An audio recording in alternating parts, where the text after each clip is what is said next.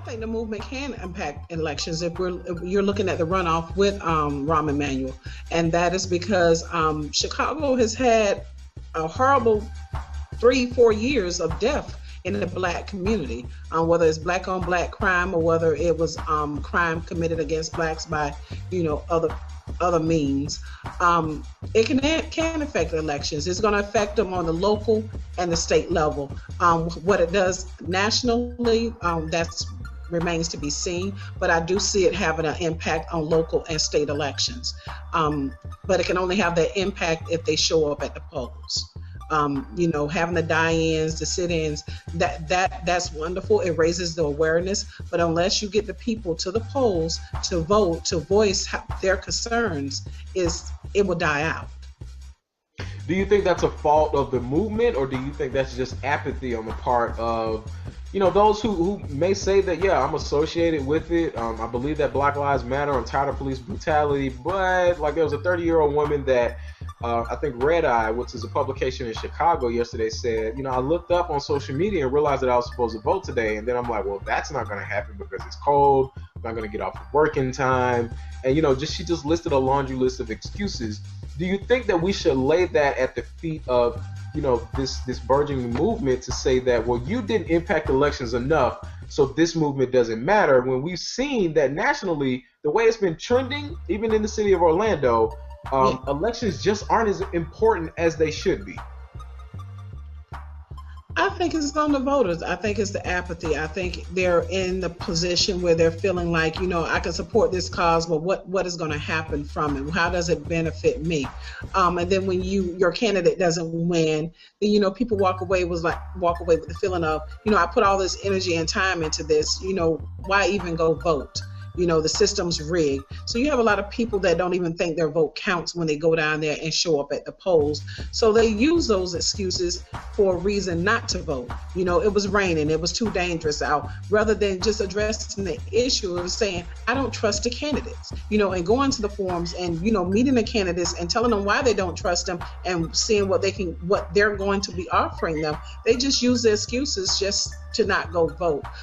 We can't lay this at the feet of any movement.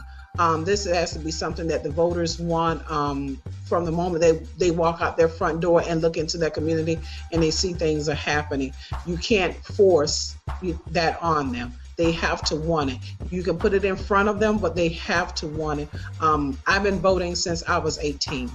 And I think I've been voting because I saw my grandmother, who only got to vote when she was 43 years old because of the civil rights movement.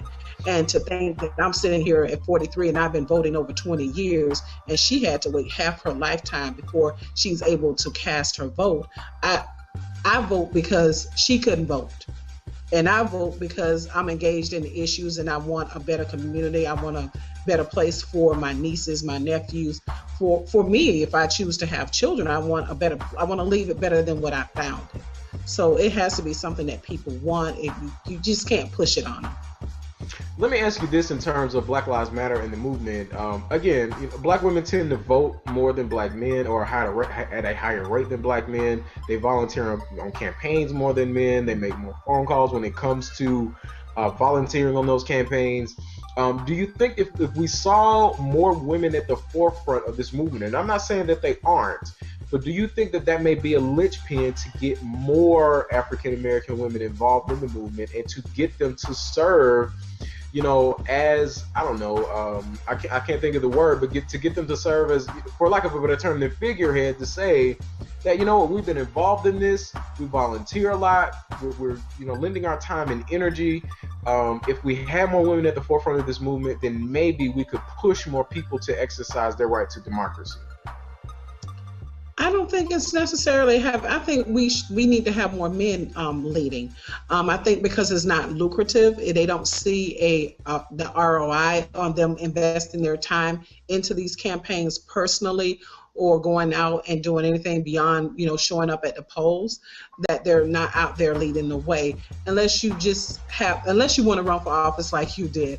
But to have men in general, especially men of color, to just go volunteer on the campaign with no benefits to them or their family personally, it's going to be hard. Women have been doing a tremendous job, working on campaigns, volunteering, even running for office. I don't know what we can do to highlight them even more to get people to want to vote.